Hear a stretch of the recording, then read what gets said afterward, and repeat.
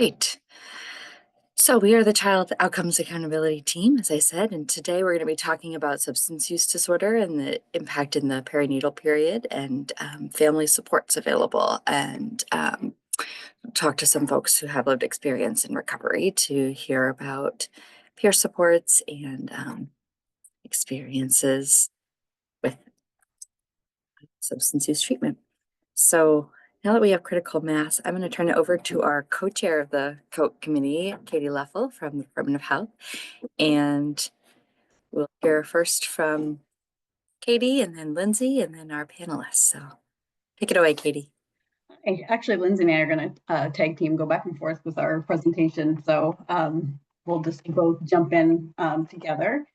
And thank you all for joining us. We have, like I said, Lindsay Barron, and we have three of our partners here with lived expertise who also do an incredible amount of advocacy and work in their own communities as well. So they'll share. That will be really nice. So if you want to, if we can jump right in, if that's okay. Okay, Kate, you can share the screen.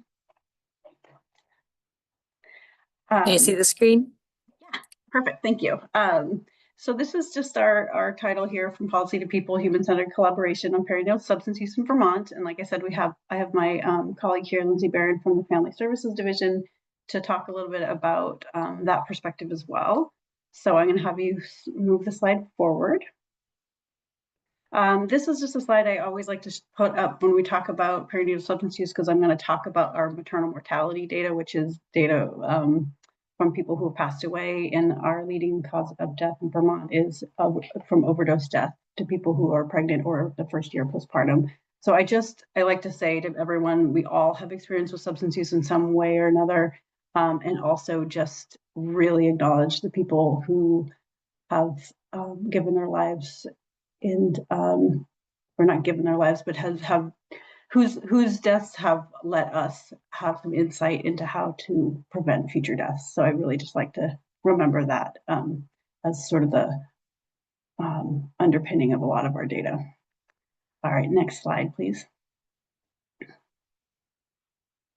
This is just a little bit of data to set the stage. We're going to talk about the family care plan updates in this presentation as well. And so we took the Plan of Safe Care, which is a federally required document. We renamed it the Family Care Plan, and we'll talk about that later. But we also made some changes to the process. And the reason why we made those changes in part is through some of the data that we've collected through the Maternal Mortality Review Panel, as well as data that we've received through the PRAMS survey, which is a surveillance survey of pregnant and postpartum people in that first year after birth. So just to show that the period after OB care ends in Vermont, obstetrical care ends in Vermont, has really been when we see the most death for perinatal people. And so we really recognize that we have great OB care in Vermont. So we want, in that prenatal period, as early as possible, people to connect with community supports that are going to support them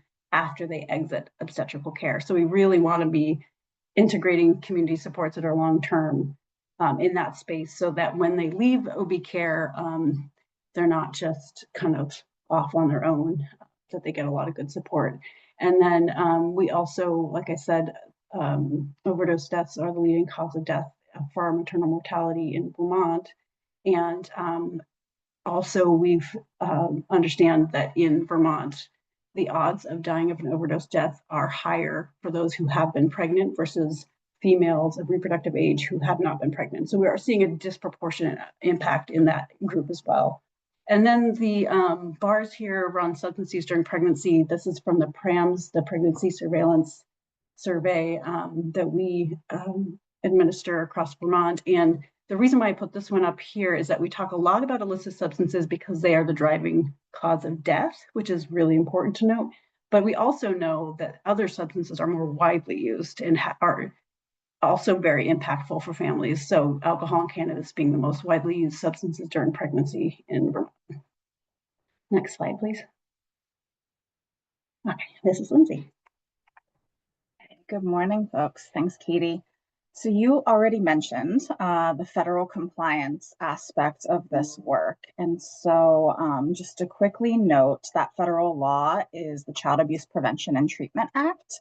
Um, I often refer to it as CAPTA. We get caught up in our alphabet soup, so I apologize for that, but otherwise it's quite a mouthful. So CAPTA is a longstanding federal law. It was first enacted in 1974, and it provides funding to states to support a lot of broad categories of work. So prevention, assessment, investigation, prosecution, and treatment of child abuse and neglect. Very broadly, states have laws and policies that define child abuse and neglect, mandated reporting, and ensuring due process. And that's all part of the agreement that every state engages in to accept the funding. All of that aside, the relevance to this topic is that CAPTA was amended later to speak to substance use and pregnancy. And so in 2003, CAPTA was amended. It required states to have policies and procedures in place to identify and assess the needs of infants affected by illegal substances or withdrawal symptoms. And it first introduced that concept of a plan of safe care. In 2010, CAPTA was amended again to include fetal alcohol spectrum disorder among conditions that should prompt a plan of safe care. And then in 2016, CARA was amended, or CAPTA was amended by CARA further. Next slide, please.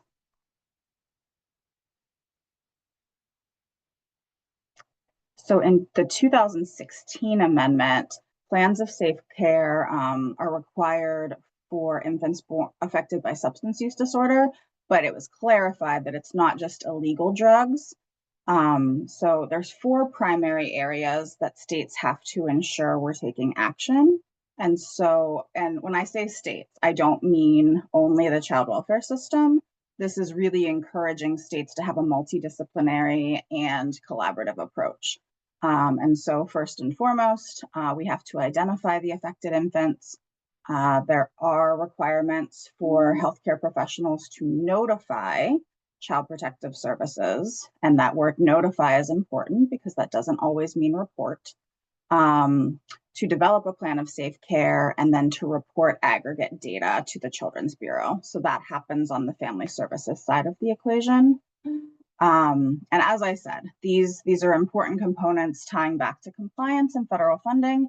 But more importantly, we read this and interpreted this as setting a tone of collaboration and really ensuring a public health approach and multidisciplinary teams and collaborations to support families and not direct them strictly to the child protection system.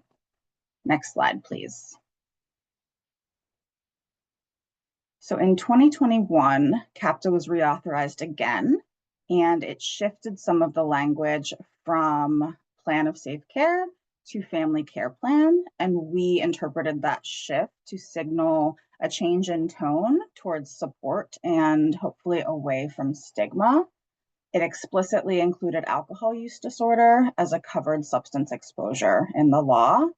And it reinforced that CAPTA notifications are distinct from child abuse and neglect reports. And so thankfully, Vermont took this approach all along. There were many other states nationally that when the law first passed, some were directing these notifications and reports to the Child Protection Hotline, which really complicated and probably overwhelmed their systems. We went through a policy academy very early on with some national support, and we had already decoupled all of our CAPTA notifications from reports of abuse from our very beginning inception in 2017. And so that put us in a place of leadership nationally to take this public health approach. Next slide, please. So we've been tracking CAPTA notifications in Vermont since 2018 when we started this work. Over time, you'll notice a decline between 2020 and 2022, followed by stabilization in recent years. So these notifications are a combination of exposures. As Katie mentioned, it's not just opioids, but also cannabis, benzodiazepines, polysubstance use, The majority of our CAPTA notifications are for families who have prescribed MOUD, so medication for opioid use disorder, and or cannabis use. And it's much less common for other substances to be included in these CAPTA notifications and plans of care. Tracking this annually helps us understand patterns of prenatal substance exposure in Vermont and to tailor our approach and our response accordingly. Next slide, please. And so for comparison purposes, I'm including this slide here, which is a high-level snapshot of the number of DCF Family Services Division open cases over a span of several years. And so in the last slide, we had shown 2018 moving forward, and then similarly, this is a glimpse into our open cases.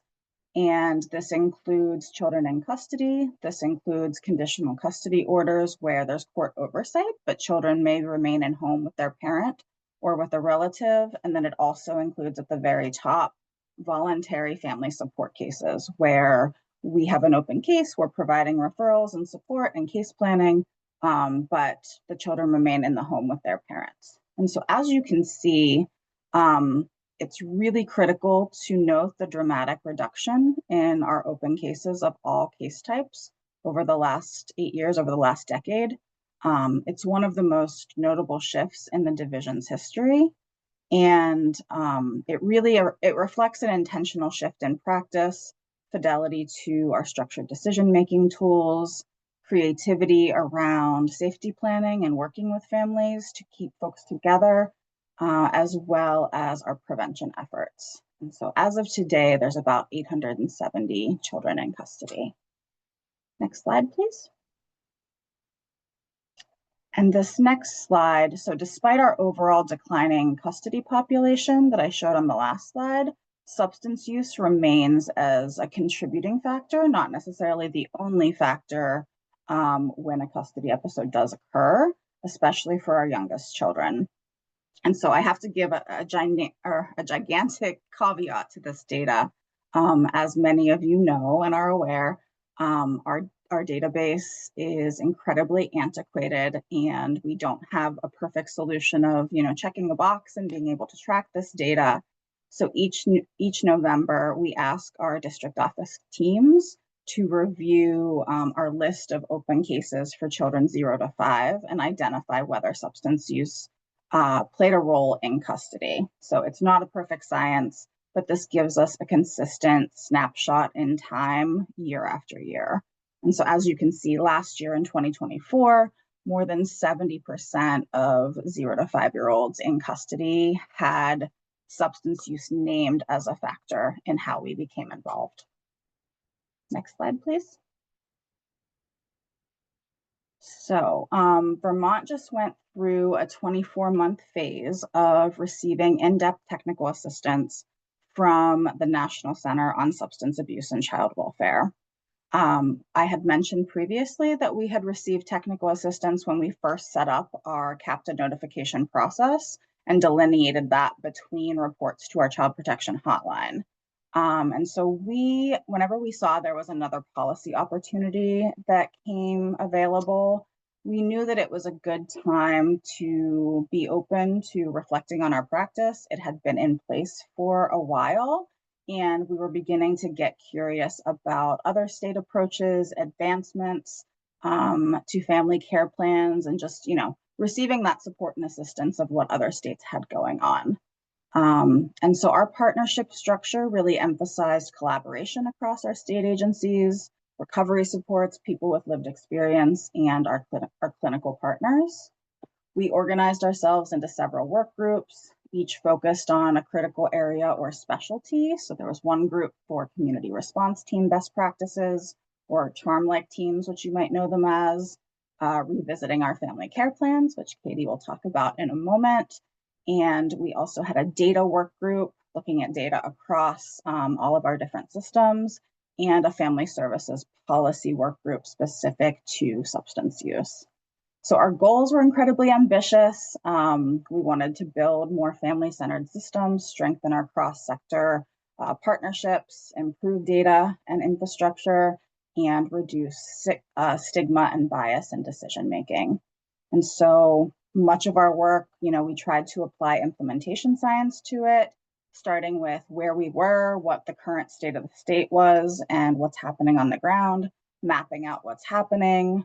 There were we had 2 system walkthroughs that we did, specifically bringing folks together within certain communities to walk through each system and looking at, not just what does your policy say you do, but like what happens on the ground and how do we experience that from a person who is receiving prenatal care and maybe impacted by substance use disorder, and how do they interact with each and every system.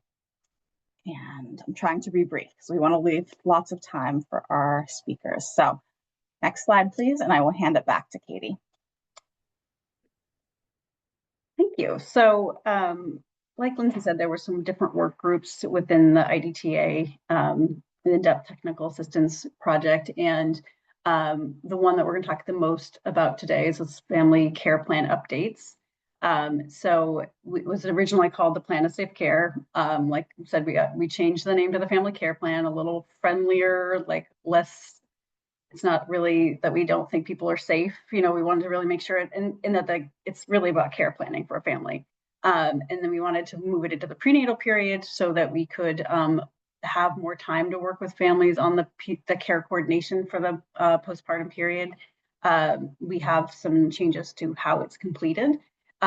We also made some modifications to the captain notification piece as well. So there's those 2 pieces, which I'll get into in a little bit.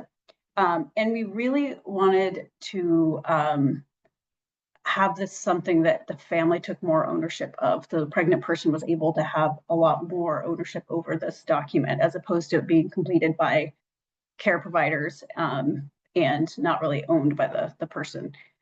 So we also are in the process of creating more materials, updated materials for families and providers. And there's a data collection piece, which I'll get into too. So next slide. So I'm just acknowledging some partnerships here that have been really key for the family care plan updates. So like I said, the IDTA pulled everybody together and started this process. And then we did a really deep dive with this family care plan with some partners, key partners here. So we've got our partners at the Perinatal Quality Collaborative. So Kayla Panko and Michelle Shepard were really instrumental in updating this family care plan, as well as a lot of other people. Next slide, please. And the other thing that came along at the same time, so we have the IDTA, which is that big, broad group of people, and then we have the Perinatal Quality Collaborative supporting the family care planning work a little more in depth. And then partnering with that was this Alliance for Innovation on Maternal Health, which is a patient safety bundle for pregnant people. And typically it involves much more clinical focus, like hemorrhage or hypertension, things like that. But we also have a bundle that we are implementing across the state right now, which is it's focused on perinatal substance use and support. So because we all know that you can't address perinatal substance use with just in the clinical setting, right? We need all of our community partners for this. That has allowed us to really broaden that partnership with our clinical teams with obstetrical care and pediatric care, but also with our community partner teams as well. So that's a lot of work happening in all of those spaces with this patient safety bundle and some other projects we have under the Perinatal Quality Collaborative. So just wanted to acknowledge all the hard work that everybody's put into this. Next slide, please. Okay, so this is a lot of information, but this kind of outlines the 3 different things that we worked on. So the family care plan is at the top, which is that care planning document. The captain notification is in the middle, which is that de-identified information sent to the federal government. And then the bottom is like the part where the Family Services Division really comes into play, is when a report needs to be made. And we really intentionally wanted to separate out those 3 pieces, because I think in people's minds, they all get intertwined really quite a bit, but really they're 3 very distinct things. And so the family care plan today, we talked about, we're moving the timing into the prenatal period, and then it gets finished at the time of infant discharge. So it gets initiated at some point prior to the birth, and then it gets completed at the time when the infant leaves the hospital. The responsible party is the birth parent. We're involving our home visiting nurse partners when the family accepts that service, the obstetrical clinics, so not the birth floors, but the clinics themselves, and then in some cases also the MOUD providers as well. And so as kind of taking ownership of initiating and completing this care plan. So we also made some changes and some updates to the inclusion criteria, so who gets a family care plan. And we really took the lens with the family care plan. This is a preventative, supportive, not punitive document. So we're going to broaden the inclusion criteria because we know that there's a lot of people who need support and they deserve support. And so it's not seen as like a punitive thing that you need a family care plan. So we really wanted to focus on people screening positive for a range of substances. For cannabis and alcohol, since they are so commonly used in social settings across Vermont, before people know they're pregnant. So we wanted to do a little bit of a differentiation there just because there are many people that come into prenatal care on their first visit say, oh my gosh, I drank before I knew I drank alcohol before I knew I was pregnant, that kind of thing. So as long as they are counseled around abstaining from alcohol and cannabis, and then on a rescreen later on in pregnancy, continue to abstain, they won't need a family care plan. But if they screen positive initially, are counseled against use, and then on a rescreen later in pregnancy, report that they are continuing to use alcohol or cannabis, at that point we would initiate a family care plan. So it's a little bit different of a track from some of the other substances, just because we know that there are so many people that, like I said, use those two particular substances prior to knowing they're pregnant. And then the connection for DCF here is a family care plan is not equal DCF report, but they are very different and distinct processes.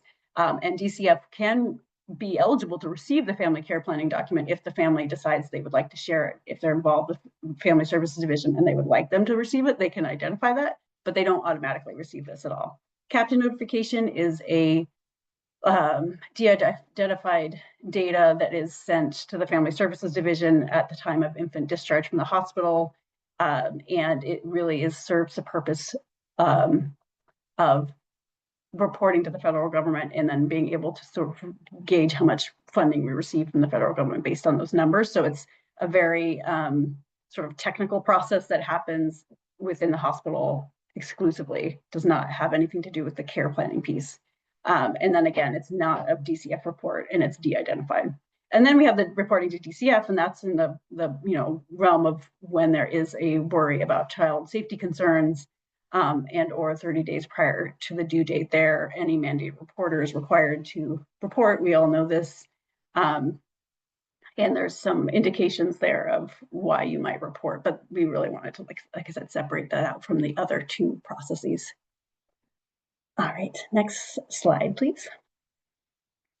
This is getting into the detail, a little bit of nitty gritty, but I think it's really exciting what we've done. So we were able to create a virtual platform for the CAPTA notifications and the family care plan document. It's housed on a secure server. It's mobile friendly. People can have it on their phone, access it on their phone, which makes it a lot easier. And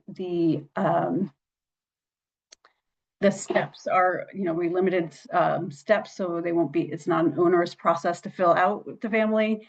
And then it also allows us to collect the data in a more streamlined way and a de-identified way. So we'll have a much more granular look across Vermont on what substances people are using, what supports they're accessing, and where they're from, things like that. But no, like I said, no identifiable data will be collected through this data collection process, but it will allow us to have a little bit better of an insight, because right now we don't really have great data on this. And then for the family care plan specifically, there's a couple of things that are important to note, which is that the client can access their family care plan at any time. They're going to create a PIN that they hold for access. And so they will have somebody that helps them fill it out and initiate it, but then they can re-access it and update it. They can select who receives that family care plan electronically. They can take those people off if they want to. So they have a lot of control over what's on their plan and who sees that plan. And they can even decide to initiate a plan and not send it to anyone. That's totally fine as well. It's the requirement is that it be initiated, but they don't have to share it. And then they can also, like I said, edit who receives their updates at any time. Next slide, please. So a little bit more, I actually I think I covered a lot of these already. So there's that code for updating, initiating, updating, submitting, and then they hold that pin so that can't be accessed and updated by anybody else. They have to be the one initiating that. They can have help, whoever they want to help them, but they don't have to share that pin with anybody. And we're starting it prenatally, and it will be shared, and who's it's shared by will be driven by the pregnant person. Next slide. So we have a pretty intensive piloting process that we're doing with both the CAPTA and the Family Care Plan pilot project. So we're drafting the updated forms. So we needed to make changes to the forms to include some of the criteria and some changes that we made. And then we had to create the Microsoft forms, and I always give a huge shout out to Victoria Jarvis in the Department of Health because she has been amazing helping us do this.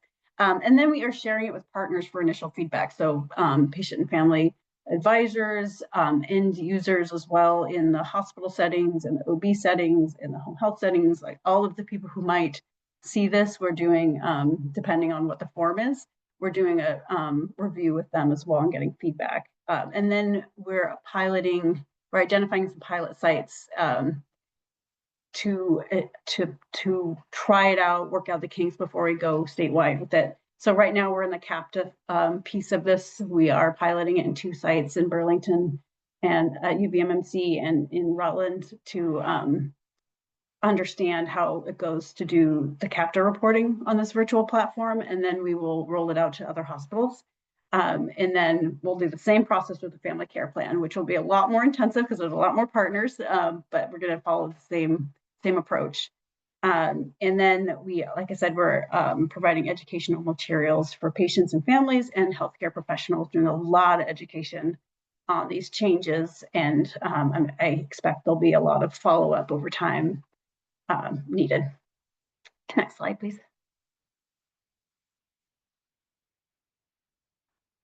Oh, and I'm throwing this up here because I'm introducing this to everybody too. We've received a grant, a maternal health innovations grant in Vermont to address maternal mortality and severe maternal morbidity. We've got a lot of grant activities happening, but the first big one is that we need to do a 5-year maternal health strategic plan.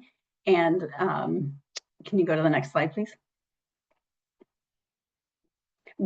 Everybody who's interested to join this process, on the left, we have 2 kickoff meetings that will be happening, and I'll put a link in the chat to our website that has the links to access those kickoff meetings that are just informational. And then on the right is actually a survey that you can complete to show if you would like to give some input into the strategic planning process, whether it's just receiving information or whether it's an in-depth core advisory team role. We really want a wide variety of partners who interact with pregnant and parenting people to give us input on the strategic planning.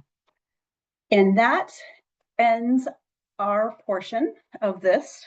And I'm going to pass it over to our 3 guests who are here from across Vermont. They're all from different regions in Vermont, and I'll ask them to introduce themselves and give a little bit of understanding of who they are and what they do, and tell their stories and share about the work that they do in Vermont. But I just wanted to say thank you to them, and I can't remember who goes first. I have it. Let me see who we have first up. Sorry, I had who I think it was. I have Rosemary up first. Rosemary, okay, thank you. I'm like, I didn't put it in front of me with my eyes. So I'm gonna pass it over to Rosemary. Thanks, Katie. Good morning, I'm Rosemary Rosa. I'm the Acting Executive Director at the Turning Point Center of Central Vermont, which is a peer-based recovery center. There is a peer-based recovery center in every county across Vermont. And peer-based means that everybody on our staff are folks in recovery themselves, including myself. I'm a person in long-term recovery. And we have a variety of different programs with a lot of different community partners. We have a recovery center that is open Monday through Friday, 9 to 5. And then we have hours where we're embedded with community partners throughout the community. I'm going to speak specifically on our parents program today. So about a year and a half ago, we started a parents program. We had identified in our strategic plan that parents were a group of folks that we weren't serving as much as we could. And so we started working on how we would bridge that gap. We were able to secure a small pilot grant to start this program. And we started with building out community collaboration with people that we're already working with families. So we have a partnership with the Family Center of Washington County, which is our parent-child center in Washington County. I believe there is a parent-child center in every county as well. And we work with them. So we take referrals from them. When they are working with families that have substance use, they'll send a referral over to us for recovery coaching if the family is receptive. I also attend a monthly home visitors meeting with them, and we'll do case reviews. So they'll talk about the families that they're visiting, what they're seeing as far as substance use. And they'll also identify areas that they are interested in learning more about. Like at one point, they had me do a presentation on fentanyl safety because there were home visitors that were concerned that they might accidentally come in contact with fentanyl while they were in homes. And so we had talked a lot about that. They were like interested in MOUD, like and what that looked like, what is available for treatment. So another time I did a presentation on that. And anytime they have questions related to substance use, they're always welcome to ask those when I'm visiting. And if I don't know, I will research and follow up with the information for them. And then it's just a space where they can have that kind of peer support from the other home visitors and from myself, because it's hard to support families that are using substances. Like it's just really like challenging emotionally. It's hard to know like what to do, what resources are available. So having that hour together each month to kind of talk through what it's looking like and what resources might be beneficial has been really nice for them and for me. We also run a weekly women's group in collaboration with the Family Center of Washington County, which has turned out to be a mom's group. Everybody that attends that women's group is a mom. And so a lot of what we talk about is how to parent in recovery.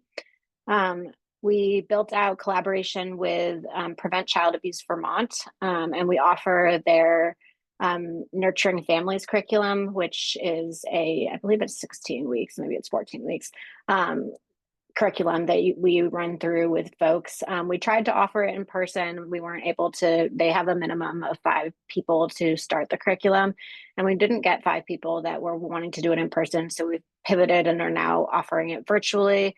And we are set to start that in the beginning of July for the next series. So if you all know any parents that would like to go through that curriculum, it's up on the Prevent Child Abuse Vermont website, and it's not limited to families that are just in Washington County. So if there are parents that want to go through that curriculum, we will be offering it shortly.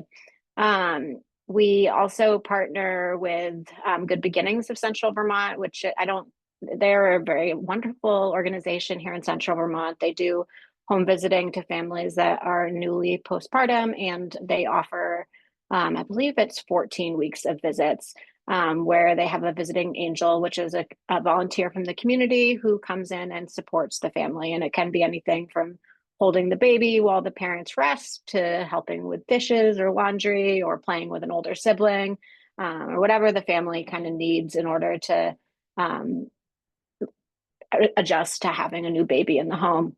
And so with them, we had 2 of our coaches trained to be visiting angels. So if they have parents that are either in early recovery or somebody in the home is actively using substances, we can have one of our recovery coaches go with them and do home visits and do recovery coaching in the home if the parent would like that, or just come and meet them so that there's that kind of warm handoff introduction, and then they can do coaching at the center if they don't want coaching in their home. And it is a nice option too, because the visiting angel can play with the child so the parent can focus on recovery coaching if that's what they wish to do. We've started the process of building out home visiting with Central Vermont Home Health and Hospice, which is the visiting nursing agency in our county. They had low staffing for a while, so it was a heavy lift. So we had to pause like actually implementing it, but hopefully we'll move forward with that soon. I think that is also a good option for other counties because, like the Parent Child Center, there is also a visiting nursing agency in every county. So we're doing that.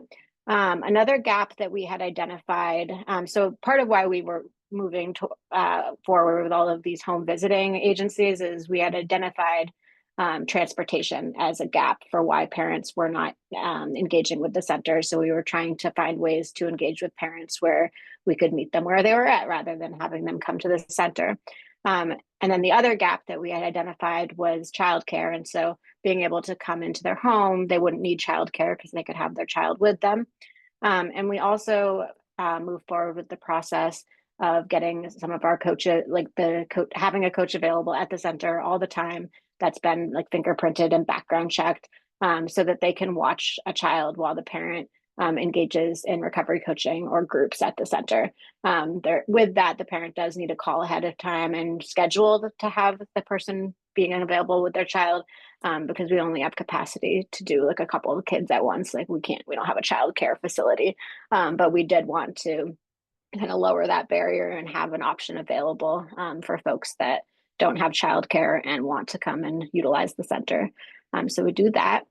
And we've also built out collaboration with the Doula Project, which is a program of Washington County Mental Health. They do doula care, and as part of the doula care, they do like prenatal and birth support, but they also have a visiting component of that doula program. And folks with substance use disorder are eligible for a longer program than folks that don't have substance use disorder.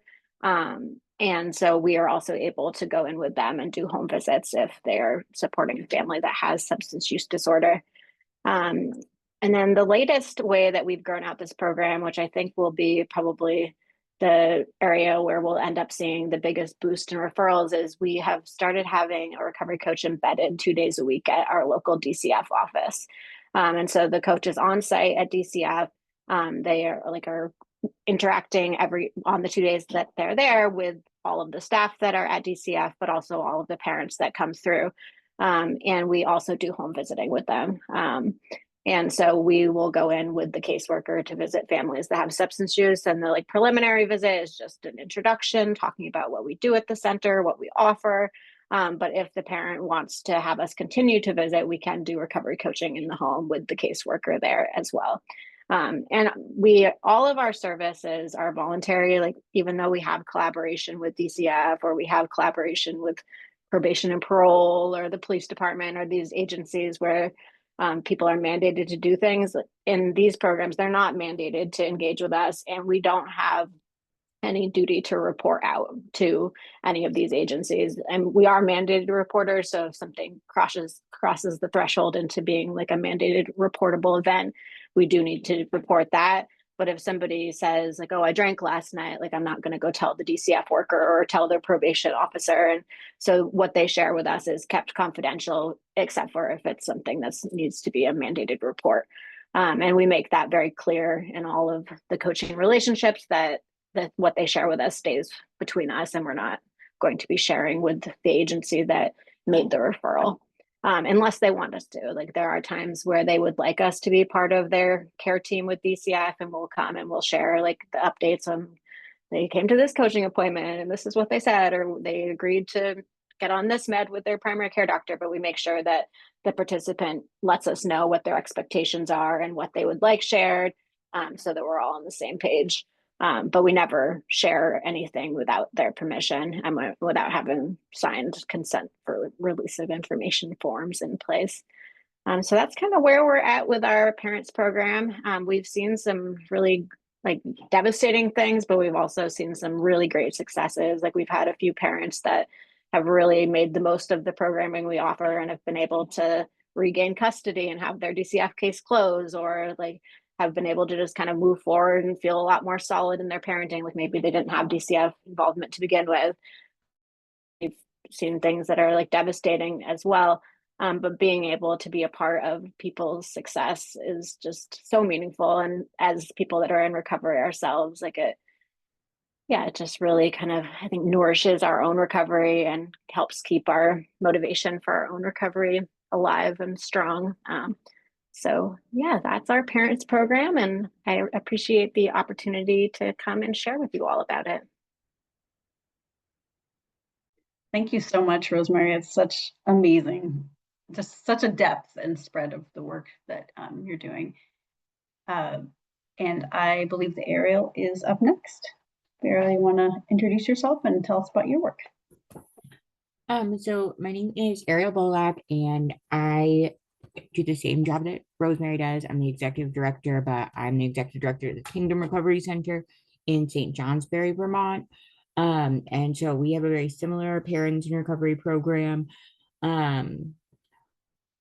We have not been able to get embedded into as many services as Rosemary has been able to, but we do have the same programming and the Parents in Recovery group, and we also have some arts groups for parents that have been successful. But for me, because Rosemary definitely did a wonderful job highlighting all the things that we do at the Recovery Center, I'm going to talk a little bit about my work, just sharing my lived experience on different panels. So I've been able to work with the PQC and the MMRP, if I can get my acronyms right. And just sharing my lived experience and also uplifting the voices of the parents that we work with, to help work on different policies and working on the materials and the flyers and giving inputs like that, helping share my story, so that we can use family-friendly language, things that'll really be able to speak to parents, break down those barriers, just with trust, communication, and helping to ease some of the fear that comes from parents, just the fear of DCF, the fear of using providers, the fear of losing their children, and how could we work better to break those down, to have people be able to use the services that are needed and realize that they're really a supportive service and a wraparound service that really will help them avoid those fears that they have, and just giving them the strength and hope to be able to continue being the best parent that they can be, and realizing that just because you have a substance use issue doesn't mean that you are a bad parent necessarily, and it doesn't mean that you can't recover, and that recovery is possible for everyone, and that we all have our own journey, and that sometimes that makes us stronger and better as a person. And so it's been such an honor just to be able to uplift others' voices and share my own voice and help the system be family friendly and family supportive and continuing those things. So thank you. Thank you, Ariel. Yeah, Ariel's been a pretty integral part of both the Perinatal Quality Collaborative Patient and Family Advisory Committee, as well as the Maternal Mortality Review Panel. Both as her professional role and her lived experience have been really helpful for maternal mortality, because that's just such great perspectives as we're reviewing cases and then talking about what would prevent death. She just has always a strong advocate. So. And Ashley, you are next. Thank you. Hi, I'm Ashley Lawyer. Um, I don't work in any centers. I've been working with VCHIP as a parent advisor for a little over 5 years now. And it started because uh, my daughter was born prematurely, and she like really prematurely. She was 10 weeks premature, and I was connected with the NICU, or I'm sorry, the Children's Hospital up at UVM, and I was referred to Julie Parent, and I started working with her, and I do a lot of the work that Ariel was just describing, and it's been amazing. I love being able to be a part of that and a part of the change. I have also been a really big part of a few different storytelling groups. One of the things that I read it somewhere. It said if you recover loudly, others won't die quietly. And I've lost over 20 people in my recovery. And my first year of recovery was, I lived at Lund. It was amazing. It was awful, but amazing. Like, it was not an easy thing to do. But like, in hindsight, one of the greatest experiences of my life. I was able to be in early recovery in a place where I was fully supported. I was able to have my child with me, which was a huge thing for me because um, I just don't know if I would have been able to get through it without her there. And so that's like, if there could be a Lund in every single state or every single county, I mean, it would be amazing. It's not an easy program to get through, but those supports that I had in the beginning were crucial to me being able to continue my long-term recovery to now. I'm almost 9 years sober, and it was not easy. I had my daughter. I was in addiction for 13 years. I was kind of like a stereotypical person from the 2000s. I hate to say that, but it's true. Like, I started using OC80s, and then that progressed to like what they changed to when the OC80s were taken away, and eventually heroin. And then I switched from heroin after 10 years to alcohol every day for 3. And with my daughter being born prematurely, um, I also I also found out I was pregnant at 5.5 months, had her a month later. So there was drugs in my system because I didn't know I was pregnant for the first 5.5 months. And because of that, I was instantly connected while she was still in the NICU with DCF, Lund, because I still do all of my outpatient work with Lund. So I was initially an outpatient client with them. And DCF. Wait, did I or social worker at the hospital? Sorry. So I was connected with those 3 things. I remember in the beginning, a lot of my friends who were moms, and in active use or had been in active use, were telling me that like Lund is a baby factory. They're just going to take your baby. That's what their goal is, to take your baby. And same with DCF. I was so scared. Like, people were just, I mean, I was hearing those stories left and right from people, and it was terrifying. That was not my experience in any way, shape, or form. So I'm trying to use my voice to help change the stigma around those types of things. Because when I lived at Lund, like, we would walk all the time because none of us really had cars, and we didn't have long breaks in between where we were allowed to be out of the building. So we would walk everywhere, and you would hear people call us Lund girls. And let me tell you, that should not be an insult. It should not be something that's said to put somebody down, because I lived in a building with 26 women who all had children between the ages of 0 and 5. Some of them were pregnant, and I'm like talking super pregnant. So they weren't always in the best moods.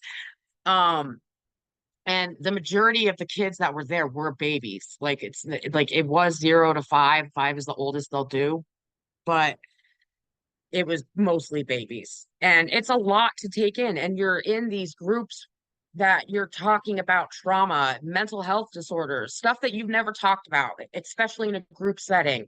You're diving into things like grief and abuse and all of those. And with the children, like, I mean, it's a lot to handle when you live with these people. So I was really lucky. I got blessed with the community that I had. I'm still connected with the women, all of them. That are still alive. I've lost the majority of women that I've lost. That's another reason why I want to use my voice, because one of the women that I met there became like a sister to me. She was my best friend, and she didn't want to talk to me about the fact that she was using, because she was afraid that I would be mad at her, or she was also afraid that I would stop talking to her. Um, and she died, and she was alone in her apartment for 13 hours. Her 2-year-old was alone in there with her. And that was a really big loss for me to deal with. And then after that, it was like dominoes. I lost 9 people within a 6-month period. The majority of them were moms. That part is what gets me the most, is like all of these children are growing up without their mom now. And I just don't like the fact that people feel shameful. So I'm trying to use my voice and my story to, you know, past is the past. The only thing you can do is grow from it. And I hope that using my voice in these storytelling groups and bringing people together from all around um, will be beneficial to others and give them the hope that you can get over it. Just like Ariel said, like it's not easy. I never sugarcoat any of it because it's not easy, but it is realistic. You can do it. You just have to put the work in and be open to asking for help. And the amount of services that are out there today, I mean, I had no idea that I had so many options as a new mom when I first had my child. I was really lucky because I think her health issues played a huge role. She was on a feeding tube for the first 2.5 years of her life. We were like living in the hospital. We were there constantly. It was crazy. But um, but I was still able to get services for myself. And that's it. Another thing too is it is about the family and about the child, but the mom, if that's the one that's struggling with it, that needs to be, they need to know that it's okay to have that struggle. They need to know that, it happens. It's not like moms get put on such a pedestal. And I feel like that needs to shift a little bit. Like I had a male, my sister's ex-boyfriend, when I got sober for my daughter, he told me, he was like, well, it's easy for you because you're the female.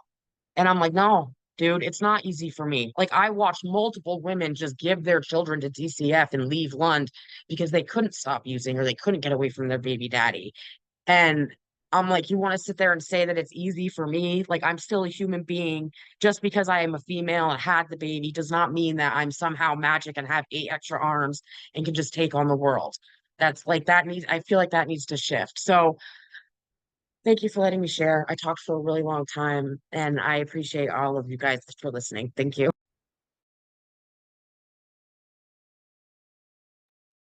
No, I mean, I think that was all of you guys were amazing. And I think it just really shows the passion and the variety and the spread of the work you're all doing. And it's really powerful, and I think that there's a lot of focus and